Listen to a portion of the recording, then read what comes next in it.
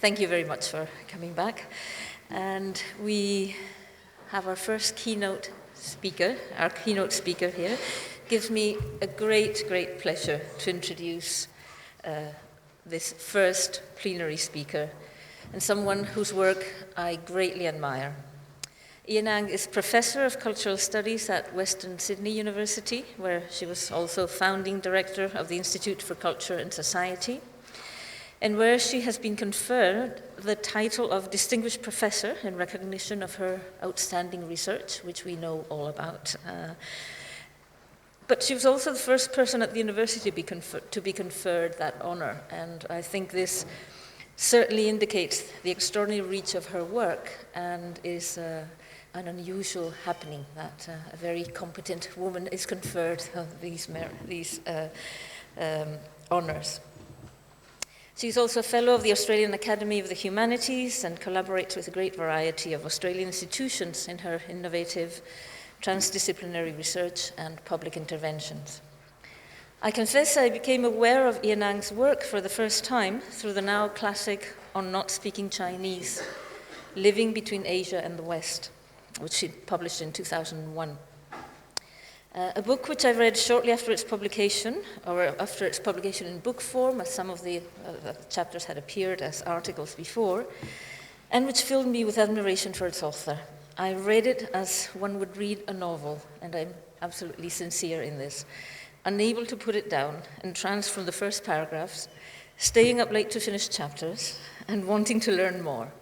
More details about diasporic Chineseness and their divergent worldviews, more about the conflict between Asia and the West, about the Western conflation of Chinese and Asian, the subtle or not so subtle inconsistencies in Australia's self-definition as Asian, the measured critique of Western feminisms. It is a book I've recommended innumerable times, as my PhD students present here know, and I've quoted many others. To give but one example, Ang's redefinition of hybridity as an everyday survival strategy held for me a pragmatic truth that added a new and enabling dimension to previous theorizing on the concept.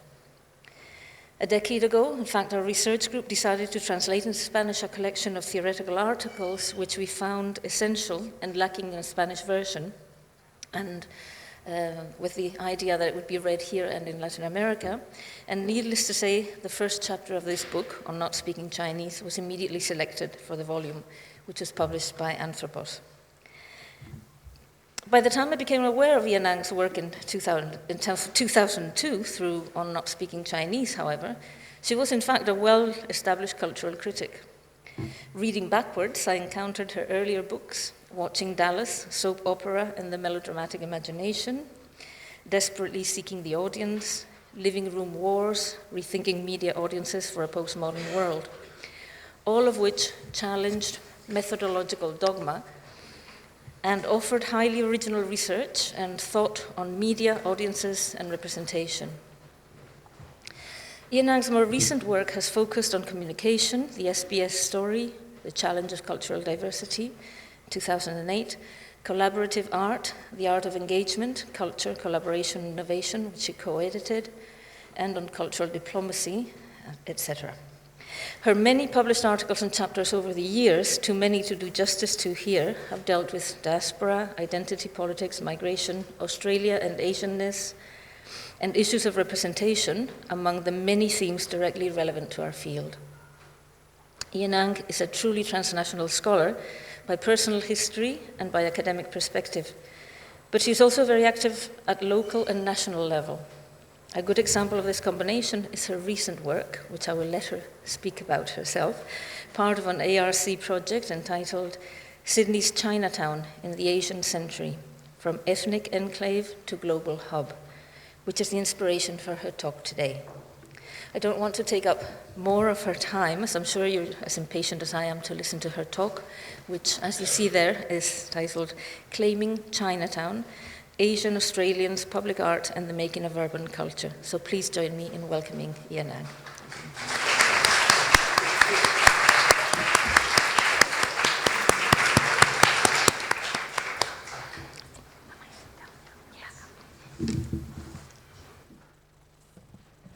Oh, thank you so much for that wonderful introduction. I feel intimidated now, but at the same time, I'm so pleased to be here and to have been invited by you, Isabel, and by Lianmar, and to speak to you today. What does it mean to be Asian in Australia today? So that's the question. I'll put this on this side because I'm left-handed.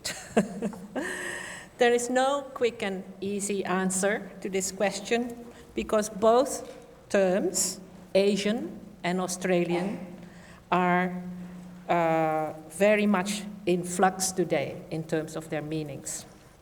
In the context of unprecedented social and cultural change, the experience of being Asian in Australia is enmeshed in the complexities and contradictions of an increasingly multiculturalized and transnationalized Australia. Stuart Hall remarked some time ago that identity is not an unchanging fact, transcending place and time, fixed in some essentialized past. Of course, this is not a new idea for this audience, but always subject to the play of history, culture, and power. Cultural identities, says Hall, have histories, and as such, they undergo constant transformation. This anti-essentialist, historicized conception of identity is of particular significance today, where established notions of both national and ethnic identity are increasingly untenable. In the context of rapid and disorienting change, Hall's suggestion that identity is not just a matter of being, but of becoming, not merely a recovery of the past, but a question of ongoing production, now and into the future, is of particular relevance.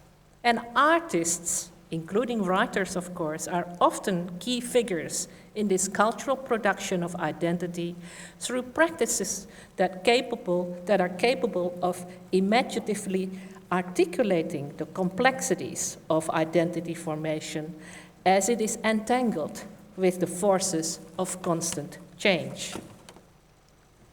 Here I will discuss how two artists have articulated what it means to be Asian in Australia in the 21st century through public artworks that they have created in Sydney's Chinatown. And what I will talk about is that in the process of doing that, they are staking a claim on the distinctiveness of Chinatown as a place of significance for Asians in Australia, not just historically, but now and into the future. But first, some background. Some 20 years ago, and that was, of course, 1996, when you were all here in Oviedo as well, the experience of being Asian in Australia went through a very painful phase when Pauline Hanson stormed onto the national political scene, when she became an elected member of federal parliament with the One Nation platform. Hanson's appeal was to those who were afraid that Australia was being, and this is her famous or infamous words, swamped by Asians, a development which to her and many others threatened the demise of Australia as a white nation. Her ideology was based on positing Asians and Australians as antagonistic, as mutually exclusive categories. She stated her opposition to what she saw as the Asianization of Australia in explicitly racialized terms. As she said in one of her many speeches, if we were to have too many of one race coming in that weren't assimilating and becoming Australians, it would take over our culture, our way of life, and our identity. And that's what I am protecting. From this particularly exclusionary perspective, then, being Asian and Australian at the same time was inherently contradictory. It constructed the very notion of Asian Australian, with or without a hyphen, as a contradiction in terms. Now, 2 decades later, Hansen is back in the Australian Parliament as an elected senator. But these days, her favorite scapegoats are no longer Asians or Aborigines, but Muslims. Her political position represents a backlash on behalf of a protectionist white nationalism against the forces of globalization and transnational migration. A backlash which, of course, we all are now too painfully aware of with global events such as Brexit and the victory of Trump in the US. In the meantime, however, Australia has irrevocably become de facto heterogeneous, multiracial, and multicultural as a society, a development caused by the government's sustained proactive immigration policy, which ironically has only become more pronounced in the years after Pauline Hanson first emerged on the national stage 20 years ago. So, in the first decade and a half of the 21st century, without many realizing it, Australia's ethnic and racial landscape has undergone stupendous change. An example of the sense of surprise at this altered situation is a headline from the Daily Telegraph in 2014. And it says, "Australia's demographic details will shock you. Almost half of us are foreigners or their children." Now, there is, as you could notice, a hint of xenophobia in this headline. It appeals to people's nationalistic selves and interpolates them to be shocked by the irrevocable truth of Australia's status as a highly fluid immigration society, in which the presence of the foreigner or the stranger has become a normalized reality. Interestingly, however, the article itself, once you start reading it, does not aim to stoke up this xenophobia. Instead, it stresses how successful Australia's mass immigration program has been. As the journalist writes, and I quote, "Yes, we have our tensions. We harbor the same deep-rooted skepticism towards outsiders that find a home in all human hearts. But, by and large, Australia today is a model multiculturalism, having successfully integrated generation after generation of people from the most far-flung parts of the world," unquote. Now, such celebrations of Australia's multiculturalism have been relatively common currency in recent years, a stance affirmed by mainstream political parties of both the left, such as the Labour Party, and the right, the Liberal Party. This is indeed remarkable, especially in light of the much more negative discourses of multiculturalism circulating, for example, in several European countries, where political leaders have often pronounced that multiculturalism has failed. And indeed, it is indisputable that by statistical standards, and remember, statistics are representations too, Australia is one of the most culturally diverse countries in the world. For example, OECD data show that in 2013, almost 28% of the Australian population was born overseas. And here you see this, that's the red column there is Australia, and the 3 countries that are more culturally diverse in this particular way of measuring it are Luxembourg, Switzerland, and New Zealand. Other Anglo-settler countries to which Australia is often compared, such as Canada, 20%, and the US, 13% have much lower percentages of immigrants, right? And immigrants, of course, are those who were born overseas. This implies that compared with most other Western nations, Australia is an unusually transnationalized nation, a country where connections with overseas elsewheres through migration and ancestry have become increasingly common. But there is more. According to the 2011 census data, in the first decade of this century, that is to say from 2001 to 2011, the biggest source of countries for migrants in Australia were no longer from the United Kingdom and New Zealand, but from China and India, whose numbers have grown exponentially in the past decade. As of 2011, more than 1.5 million Australian residents were born in an Asian country, and this does not include the so-called West Asian countries, right?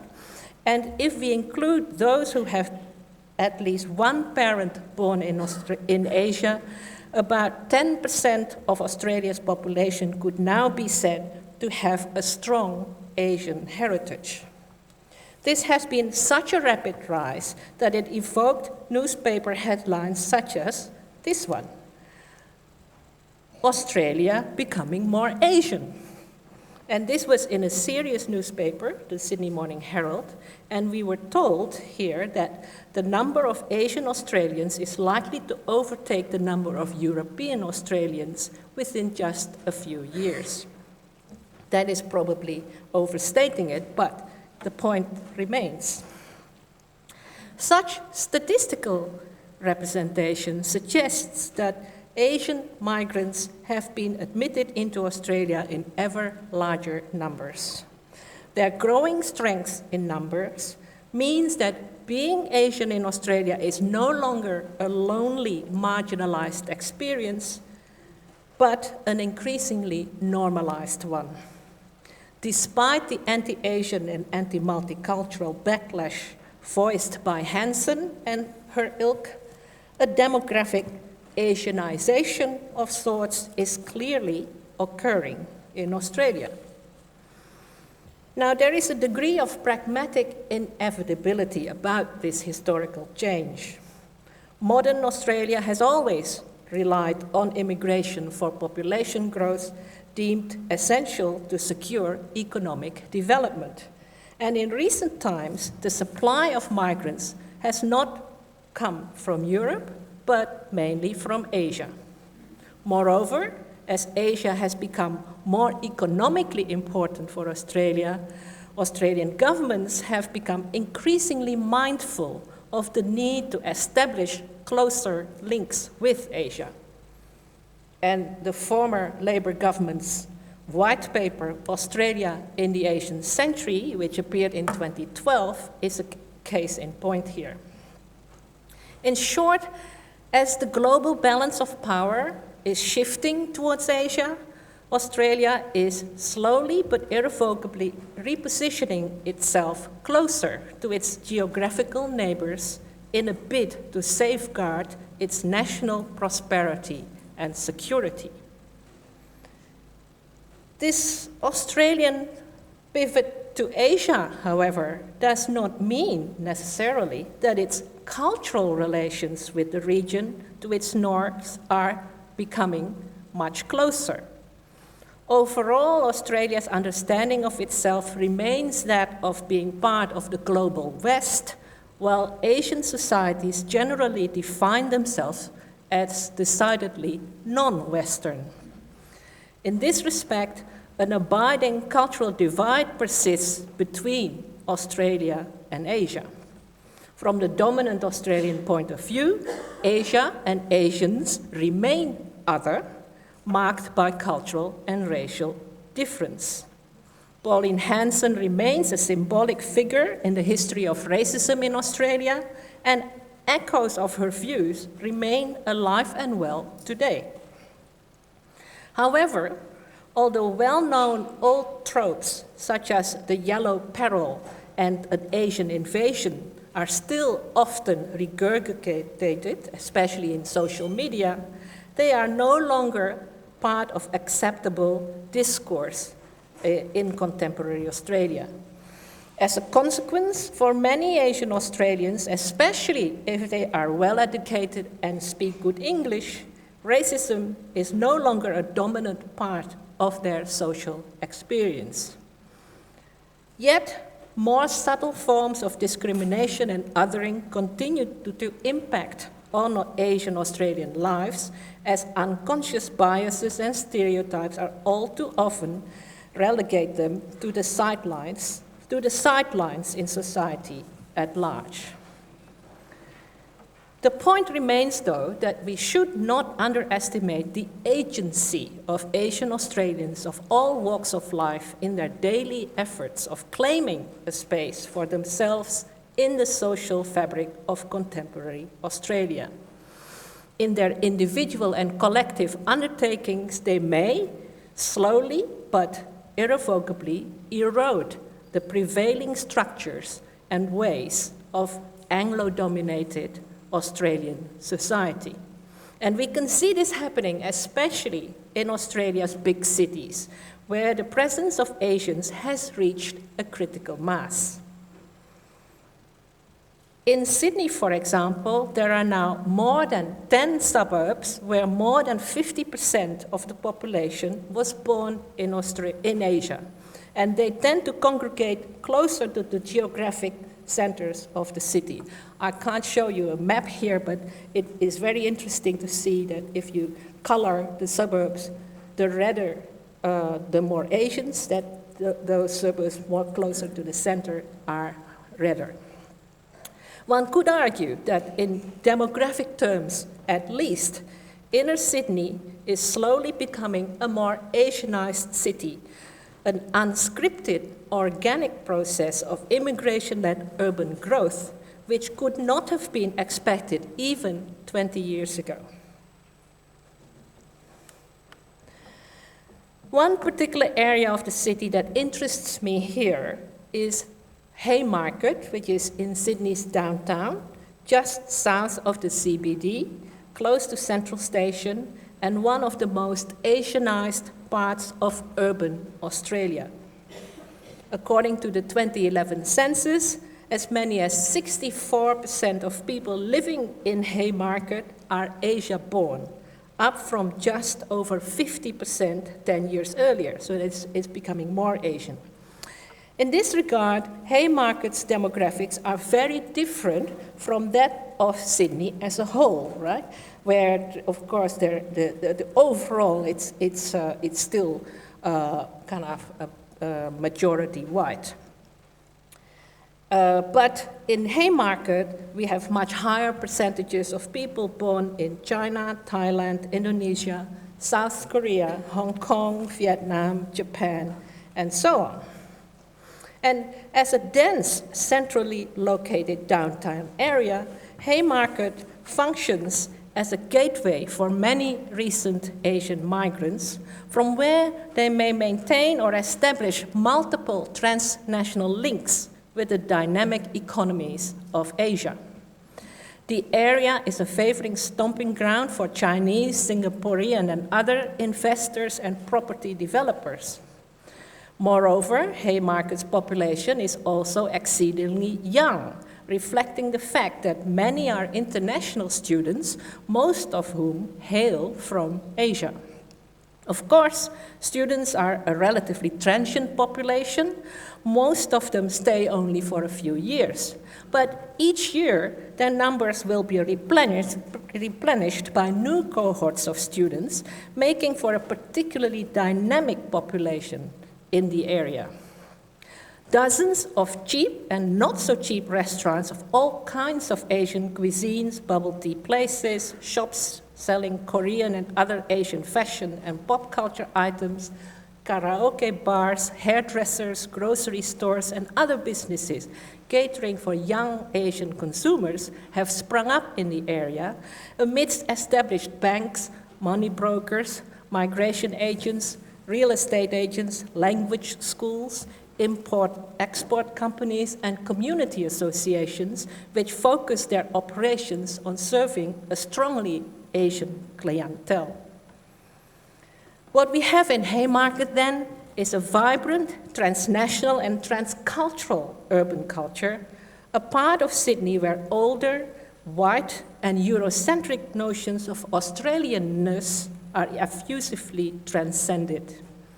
Here, a lived, mixed up, hybrid Asian Australianness has materialized, which has thoroughly absorbed trends and tastes to be found in Asian urban capitals such as Hong Kong, Taipei, Shanghai, Tokyo, Bangkok, Singapore, or Kuala Lumpur. Such a bustling jumble, where cultural influences from so many different parts of Asia are assembled together side by side in one urban precinct, is the result of the combined impact of the thrown togetherness of successive waves of migrants as they strive to make a living for themselves in a new country, a new city. In the process, they contribute to the continuing creation of a fluid, cosmopolitan urban habitat, which is particularly Asia-accented, whose particularities have been made possible by the affordances of Australian multiculturalism. But what makes Haymarket especially significant is that it contains within it Sydney's Chinatown, which has existed long before this century's wave of Asian migrations. Sydney is, of course, not alone in having a Chinatown. Chinatowns are an urban phenomenon whose existence refers back to the earlier part of the 20th century, when Asians, and particularly Chinese, were an unwanted, marginalized, alien minority, right? And Chinatown was the place where early Chinese migrants came together to find a sense of home and belonging in a hostile society. During the White Australia policy era, which lasted from the turn of the 20th century until the early 1970s, Chinatown was considered an ethnic ghetto, despised for its perceived vices of gambling habits, opium dens, and so on. From the 1970s, however, attitudes started to change, and the adoption of multiculturalism as a national policy repositioned the status of Chinatown. It became, from the point of view of local governments, a desirable icon for a multicultural Australia. It was in these times, or 1970s, 1980s, that the very idea of Chinatown as an essentially Chinese precinct was accentuated. For example, it was only in 1980 that these two ceremonial archways that bookend Dixon Street, which is the core spine of Sydney's Chinatown, were erected, as, by the way, in many different parts of the world. And as in many other Chinatowns around the world, the area was given a stylistic makeover by using stereotypically Chinese architectural motifs and ornamentation, such as green-tiled upturned roofs, pagodas, red lanterns, and stone lions. This commodification of Chinatown, which took place with the active consent and cooperation of the Chinese business community in the area, was conducted to attract tourists, promising them the opportunity to taste an exotic culture constructed by artificial markers of Oriental authenticity. Orientalized in this way, Chinatown was reduced to being a space of timeless, romanticized otherness to be savored, an enigmatic place for tourists to explore and enjoy. Yet, beyond its commodified, orientalized image, And far from being a closed society isolated from the rest of the city, any Chinatown around the world is a real place whose life is very much entangled with that of its surroundings. A place with complex social and cultural histories involving a multiplicity of Chinese and non-Chinese characters. This is also the case in Sydney's Chinatown. It is ongoingly configured and reconfigured within the transnational dynamics of the broader global city within which it is located. It is illuminating in this regard to consider the changing meaning of Sydney's Chinatown, not from the point of view of the dominant culture, but from the perspective of Asian Australians. In this respect, the changes of the last few decades have turned the very idea of Chinatown into a contested site, conjuring up multiple meanings, imaginings, and desires for different generations and constituencies.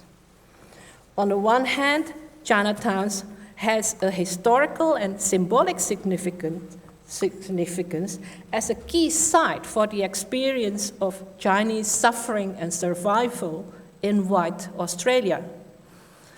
Older Chinese Australians, whose personal histories are tied up with the community life of a racialized minority that Chinatown once harbored, still maintain memories of a bittersweet time when Chineseness was both loathed and a cherished minority identity. On the other hand, Chinatown's embeddedness in the Haymarket precinct points to its future dissolution into the expansive, globalized, and decidedly 21st century Pan-Asian or Trans-Asian urbanism that increasingly characterizes metropolitan Sydney, as prefigured, really, in Haymarket today. Far from being exclusively Chinese, Haymarket also harbors a notional Thai town, accepted by that as such by the local government, a cluster of Thai businesses and enterprises in the area, and in a slightly next to it, a Koreatown where one can find a concentration of Korean establishments on Pitt Street. Belying the superimposition of these separate labels, however, none of these areas, whether they're called Chinatown, Thai Town, or Koreatown, are bounded monoethnic entities and smoothly cross-cut, merge, and overlap with each other, as well as with multiple worlds beyond. Between the past and the future, then, Chinatown's current identity and spatiality is ambiguous and uncertain. As a circumscribed place, its boundaries are increasingly flexible and blurred, spilling out way beyond the artificial enclosure constructed by the archways that you see on this image here into the broader Haymarket area.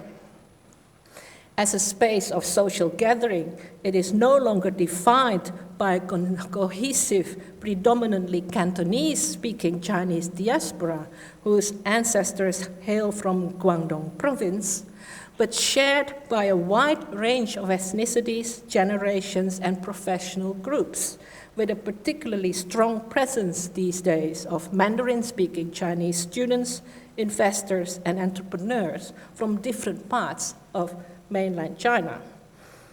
And of course, these people from other Asian countries as well, as I have just indicated. In the context of all this turbulent change, can Chinatown then still function as a site for the articulation of what it means to be Asian in Australia today? Recently, two Chinese Australian artists, although they prefer to call themselves Asian Australian, Jason Wing and Lindy Lee, have had the opportunity to address this question through public art projects in Chinatown for which they were commissioned by the City of Sydney as part of the city's upgrade of the area, and which has taken place since 2010 and is still ongoing. Both Jason Wing and Lindy Lee have personal histories that intimately attaches them to Sydney's Chinatown.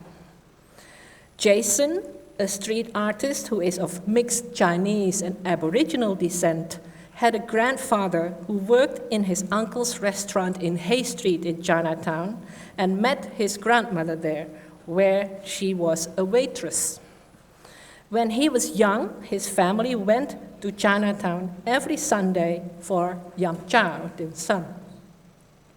Lindy Lee, who was born in Brisbane to the north in Queensland, still remembers how her parents would drive down to Sydney's Chinatown in the 1950s and 60s to buy sacks of rice and Chinese condiments and foodstuffs because she said you could not get those in Brisbane at that time.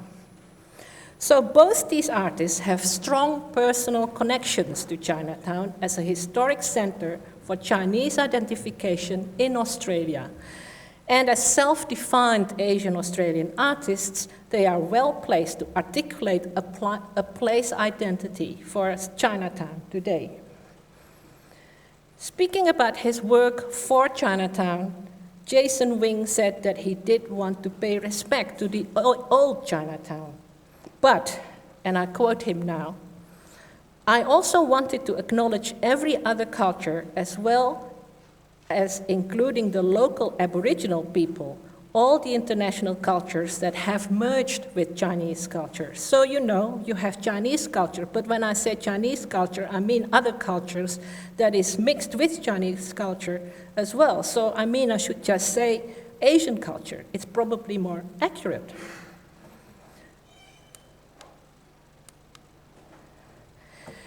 Wing created In Between Two Worlds. He is sitting surrounded by his artwork, an art installation which forms the centerpiece of the City of Sydney's upgrade of Kimber Lane, which is a narrow, dark, little-used back lane in the heart of Chinatown. Wing's work features painted wall murals and etched granite floor pavings of blue clouds and 30 suspended illuminated spirit figures. Let's see, do I have? Yeah, here. Each of which has a circle on the chest. The circle signifies that the laneway is the symbolic heartland of Chinatown, but it also represents the indigenous Australian symbol for campfire, waterhole, or place of gathering. In this way, Wing converges two cultures which are usually represented as incommensurate. He says that his inspiration for the work came from a residency in Shanxi province in China. His story illuminates the intimate link between the artist's aesthetic choices and personal cultural history. Here I quote him, I was up there in the sacred mountains, and it was the first time that I've been that high up, and a cloud actually went through my body. And it was a very strange sensation, as I'd always seen the Chinese mountains on scrolls when I was growing up as a kid, just decorations at home. But until you actually get there and you see them, you're like, oh wow, that's actually what they look like. I felt a spiritual connection up in the mountains. So In Between Two Worlds, in short, was meant to represent the experience of walking between heaven and earth. But it can also be read as a metaphor for the hybridity that the artist wishes to articulate as characterizing his own complex identity. Now, blue, of course, is not exactly a color one associates with the conventional iconography of Chinatown.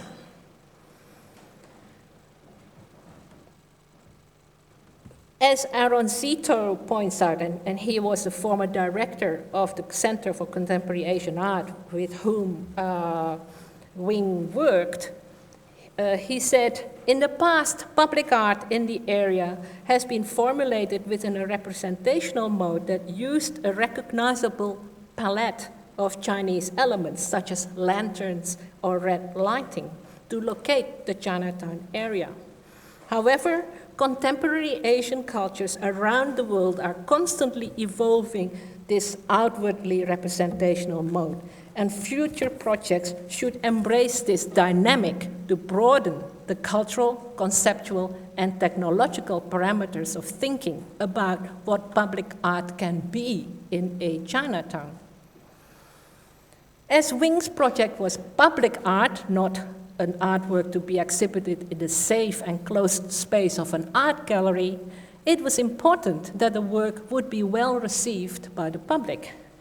Indeed, as is common in public domain projects such as this one, Wing had to explain his ideas in community consultation sessions to ensure the project's approval, including one with the local Chinese community. And Wing recounts that what he tried to explain to the people was that although he was using traditional imagery, the color is a symbol for non-traditional Chinese culture.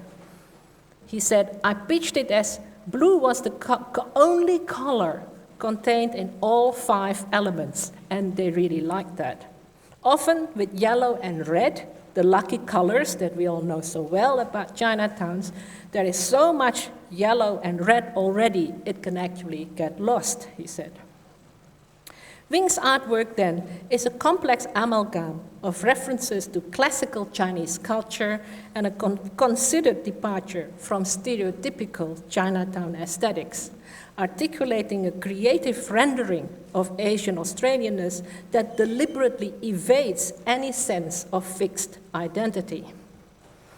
Through his conscious referencing of Aboriginal culture, moreover, he transcends the dominant lens which insists on absolutizing the divide between Asian, Aboriginal, and Australian identities.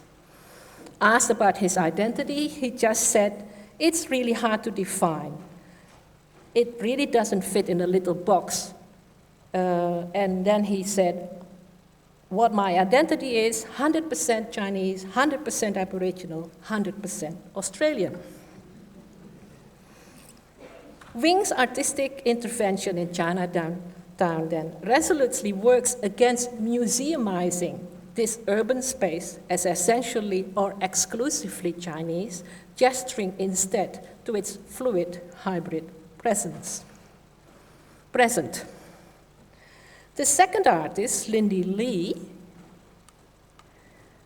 she is in the middle of Chinatown. She was commissioned to work on a redevelopment of the intersection, a very busy intersection in Chinatown, into a new public plaza.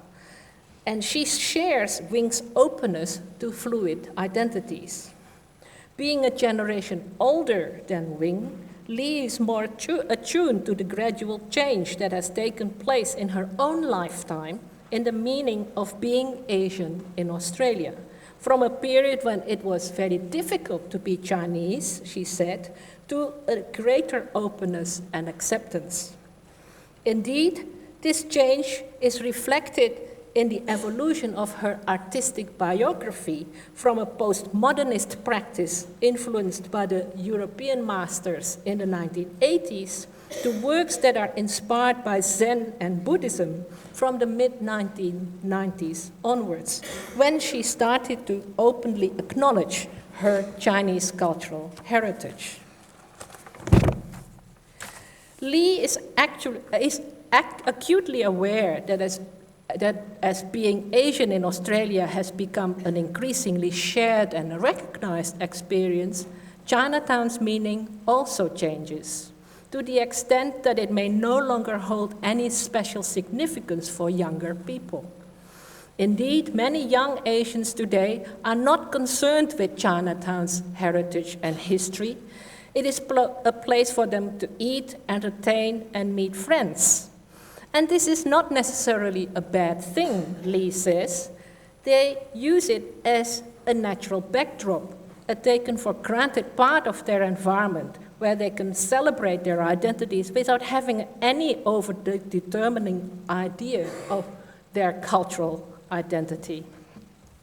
Lee is excited about this new urban reality and is not interested in preserving Chinatown as what she calls as just this Yamcha place. Instead, she relishes it as a place where lots of Asian cultures hang about.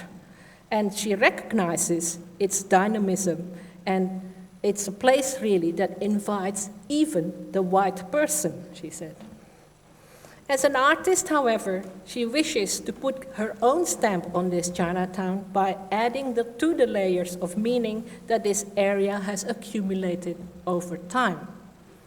Called New Century Garden, which is the title of her artwork, she envisages her work to represent a metaphoric garden which holds ancient Chinese spiritual values experienced through an Australian landscape. As she puts it, fire and water are important elements in Chinese Buddhism and Taoism. Both denote flow and change. And these symbols are also powerful symbols in Australia, given that our predominant experience of nature are of fire and water, bushfire, floods, and drought. As is the case for Wing, then, Lee emphatically articulates a vision which suggests a confluence of Asianness and Australianness. The work, due to be finalized this year, involves putting paving in concentric circles. You can see the circles already there, representing, including one with splatters of splash bronze to represent the heart of Chinatown, an orchestration of huge boulders representing, let's see this. Sorry. I'll show the boulders in a minute. Representing a cup floating stream, which is very much a mythological Chinese idea, and a series of suspended aluminum discs in metal sheet patterns which will function as a shade structure, just large umbrellas. Steeped in references to traditional Chinese mythology, Lee nevertheless deliberately moved away from a generic Chinatown iconography, instead of applying her own highly individual artistic imagination onto the urban landscape, an imagination fueled by her hybrid Asian and Chinese Australian background. The project is technically difficult, involving huge efforts to actualize it. Importantly, it required her to collaborate with a huge range of people, including landscape architects, urban designers, stone cutters, feng shui experts, traffic researchers, and many others who assisted her in turning her artistic ideas into urban reality.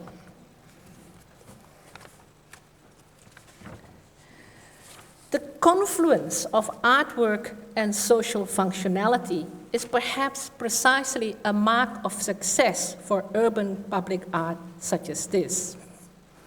In this regard, there is a difference between Jason Wing's work in Kimber Lane and Lindy Lee's work at the Thomas Street intersection.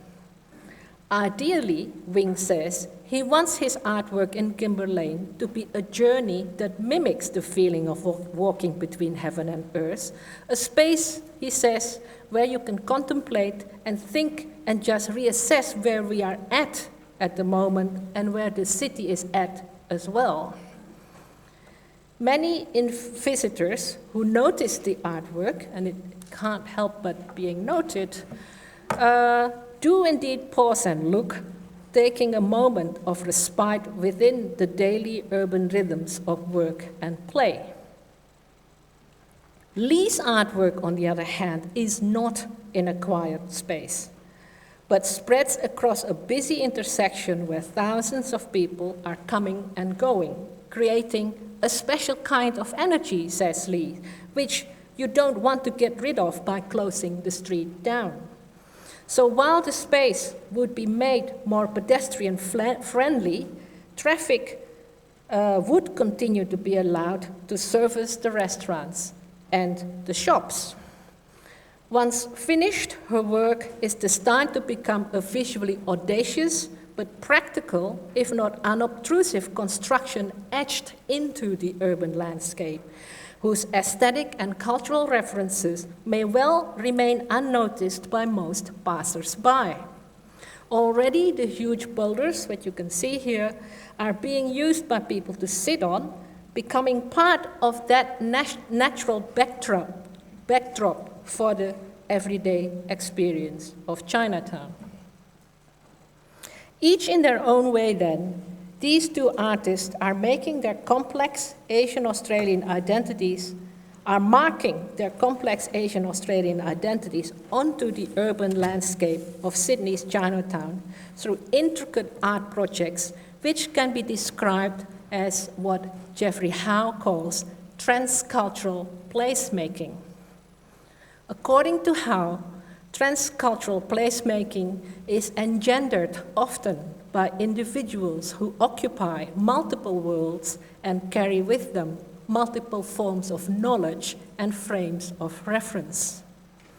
Both Jason Wing and Lindy Lee are such individuals. Their artistic interventions make complex references to a multiplicity of Asian and Australian influences, combining the traditional and the modern, and as such, they are declarations of contemporary Asian-Australian distinctiveness inscribed on the very fabric of the place. The very fact that the city of Sydney had enlisted Asian-Australian artists such as Wing and Lee to lead the cultural makeover of Chinatown has given them the opportunity to claim Chinatown as a continuing symbolic place for Asian Australians, no longer simply as marginalized others who were not allowed to belong, but as hybrid subjects with both national attachments and transnational connections, inhabiting a present which is at once more complex, uncertain, and open-ended, where multiplicities of Asian and Australian cultures intersect, converging and cross-fertilizing in an increasingly transculturalized urban culture. At a moment when Chinatown's existence as an isolated enclave for Chinese difference is slowly being absorbed into the broader, dynamic urban swirl of the global city. They represent the ambiguity of what it means to be Asian in Australia today. Thank you.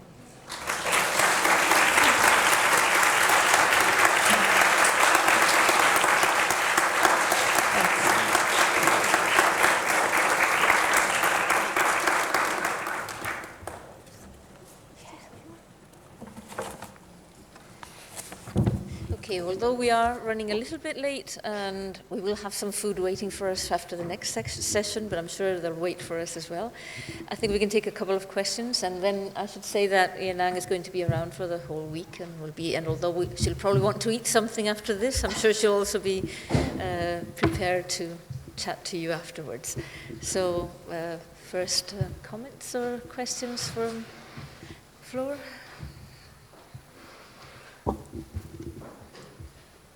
Do you have, yes, sorry, we do have a microphone there if you want to, so that we can. Thank you. I mean, I suppose you've been talking about this in your whole talk, but am I holding this in the right place? I usually shout.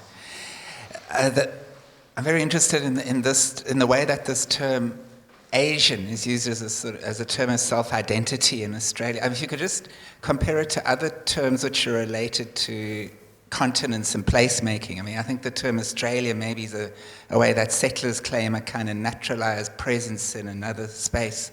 Or African, which is usually a Pan-Africanist identity is usually a sort of an anti-colonial resistant claim. European obviously has a different connotation altogether. And how would this, I mean, compared to the way the term Asian would be used in Asia itself? So, are you asking how the term Asia is used in Australia?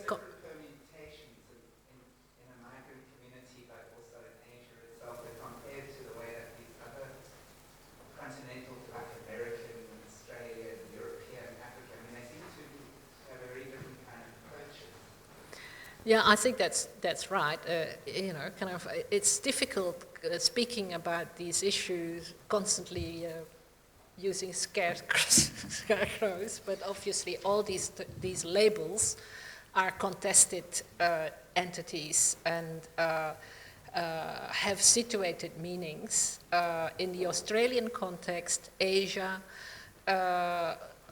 In other occasions, I would probably want to dissect that term much more and say, because a lot of people actually, the more ignorant people in Australia don't even realize that Asia is actually kind of a fictional entity where so many, it's actually even more diverse culturally, ethnically, racially than Europe, let's say, right?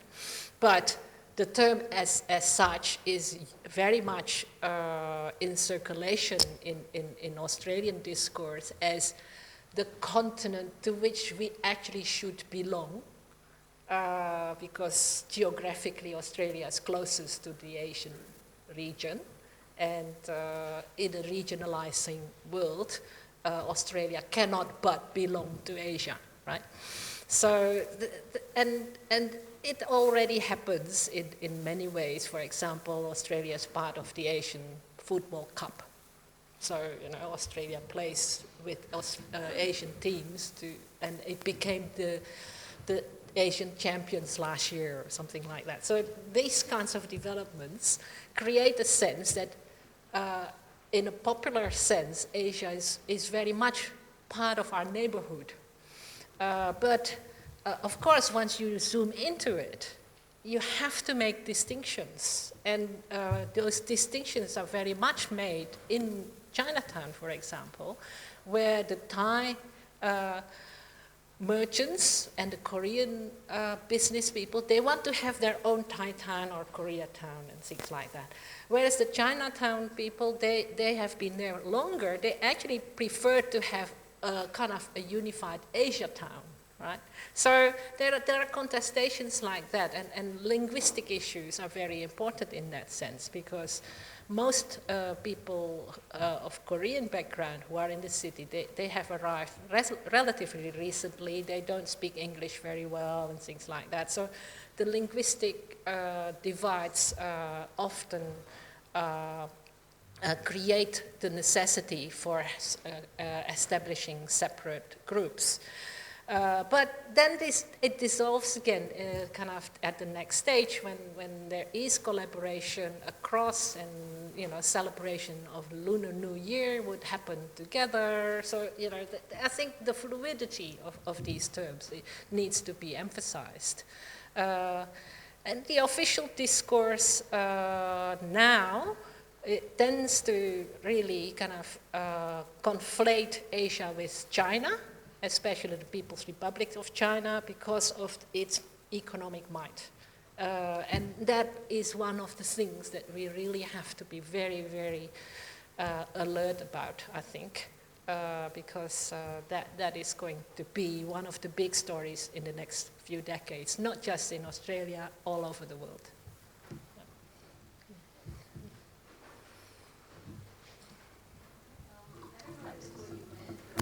I wonder if part of what you meant had to do with the political valence, the term Asian, the politics of the term Asian in that context. I think that's more what you were asking.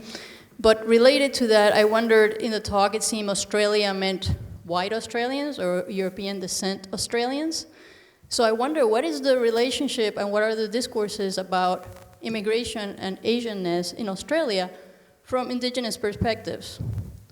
And how does that complicate a little bit the Asian-Australian identity discourse and et cetera, argument that you've put out? Did you say indigenous Australian perspective? You mean Aboriginal? Yes. That's an interesting point because the indigenous Australian politics is quite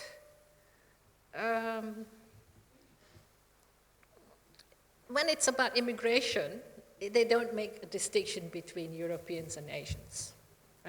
There are indigenous and non-indigenous Australians, right? So obviously, one of the narratives is that everyone in Australia is an immigrant except for indigenous people, and some indigenous people actually would say that even they came to the continent from elsewhere many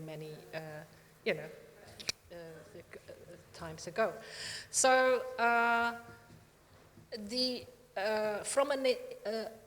in terms of recognition of indigenous people, the welcome to country, the acknowledgement of country, ceremonies, for example, that are now standard in opening a conference like this in Australia.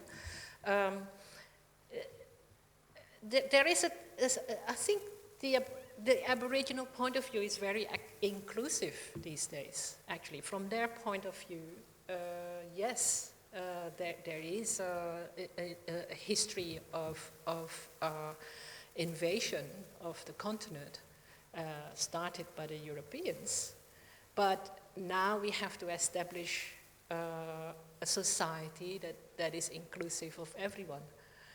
So in that sense, there is no specific issue in relation to the relationship between Aborigines and Asians, which, by the way, has a long history as well, especially in Northern Australia, where indigenous and Chinese and Japanese migrants long had relationships with each other. So again, the story is very complex.